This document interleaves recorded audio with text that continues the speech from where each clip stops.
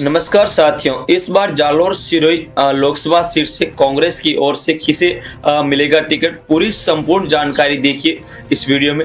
इससे पहले हम आपको बता दें कि अगर आप हमारे चैनल पर नए हैं तो चैनल को सब्सक्राइब कीजिए। जालोर सिरोही सीट लोकसभा सीट के पहला नाम कांग्रेस की ओर से सामने आ रहा है, वह है अशोक गहलोत के सपूत वैभव गहलोत का नाम सामने आ रहा है। 2019 के पिछले चुनाव में वैभव गहलोत का नाम सामने आ रहा था, लेकिन पिछली बार यहां से उनको मैदान में नहीं उतारा गया और जोधपुर गजेंद्र सिंह शेखावत के सामने मैदान में उतारा था। और तो इस बार कहीं ना कहीं कांग्रेस पार्टी जालोर सिरोही वाली लोकसभा सीट जीतने के लिए अशोक गहलोत के सपूत वैभव गहलोत को जालोर सिरोही लोकसभा सीट से मैदान में उतारने की रणनीति बना रही है।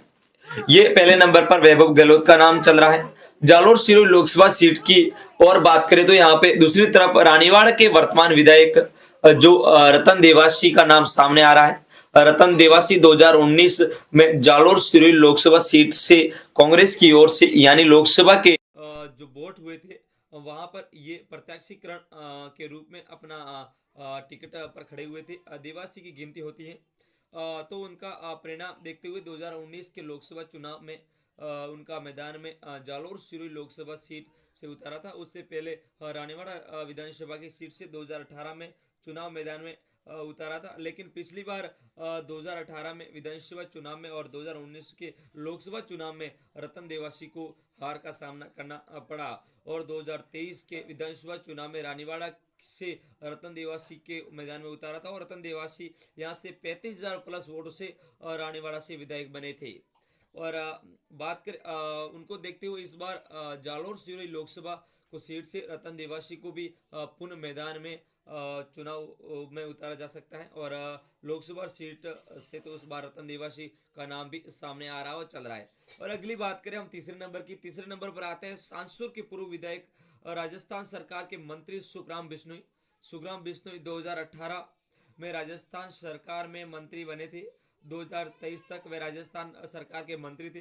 लगभग 2-3 चुनावों को लगातार सांसद से जीत दर्ज की थी, लेकिन इस बार 2023 में विधानसभा चुनाव में यानी सुखराम बिश्नोई जो जीवाराम चौधरी निर्दलीय प्रत्याशी के रूप में आए थे उन्हें हार का सामना करना पड़ा। सुखराम जी बिश्नोई हार गए थे।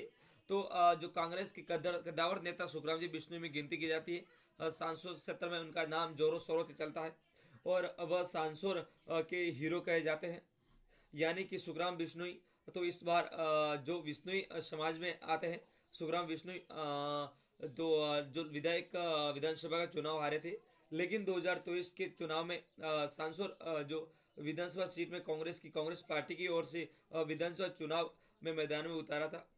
हालांकि वो हार गए थे, लेकिन अब कांग्रेस पार्टी 2023 के लोकसभा चुनाव जो होने वाले हैं उसमें टिकट देने की बात कर रही है, लेकिन जिसमें 2024 मैदान में उतारा जा सकता है और टिकट भी मिल सकती है। और राजस्थान सरकार के पूर्व मंत्री भी रह चुके हैं और 2-3 बार सांसद विधायक भी रह चुके हैं और मंत्री के साथ साथ में एक बार विधायक रह चुके हैं और वह इस क्षेत्र के बड़े नेता के तौर पर गिनती होती है।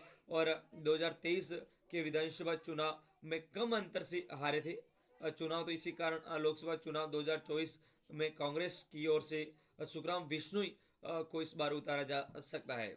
तो सुखराम बिश्नोई काफ़ी लंबे समय से इस पार्टी से जुड़े हुए हैं, जनप्रतिनिधि के तौर पर अपने क्षेत्र में पहचाने जाते हैं।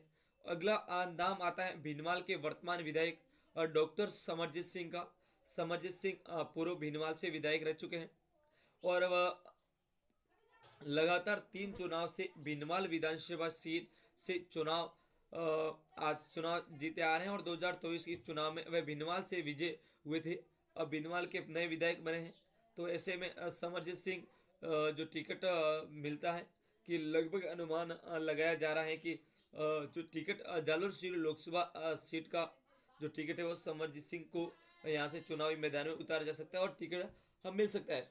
कांग्रेस पार्टी की ओर से ये कदावर नेता के तौर पर भी गिने जाते हैं और समरजीत सिंह जो ऐसे कहीं ना कहीं जो समरजीत सिंह को चुनावी मैदान में उतारा जा सकता है। तो वर्तमान में विधायक हैं और पूर्व में भी विधायक रह चुके हैं। वह जालोर सिरोही लोकसभा सीट से कहीं दावेदार अपनी दावेदारी जता रहे हैं, लेकिन किसे टिकट मिलेगा वो आने वाले भविष्य में बताएगा। जैसे ओम सिंह राठौर का भी नाम सामने आ रहा है, जालोर सिरोही लोकसभा सीट से लोकसभा का चुनाव मैदान में उतरने के लिए चल रहा है। और एक नाम आ रहा है, श्रवण सिंह राव का भी नाम सामने आ रहा है। वो भी जोरों शोरों से तैयारी कर रहे हैं। अब उन्हें भी टिकट मिलेगा नहीं मिलेगा वो तो अभी आने वाले टाइम में पता चलेगा। लेकिन जो मैंने नाम बताए हैं, कांग्रेस पार्टी का इन नामों में से किसी एक को टिकट देकर जो जालोर सिरोही लोकसभा क्षेत्र का भरोसा जता सकती है और भरोसा दिखा सकती है। आप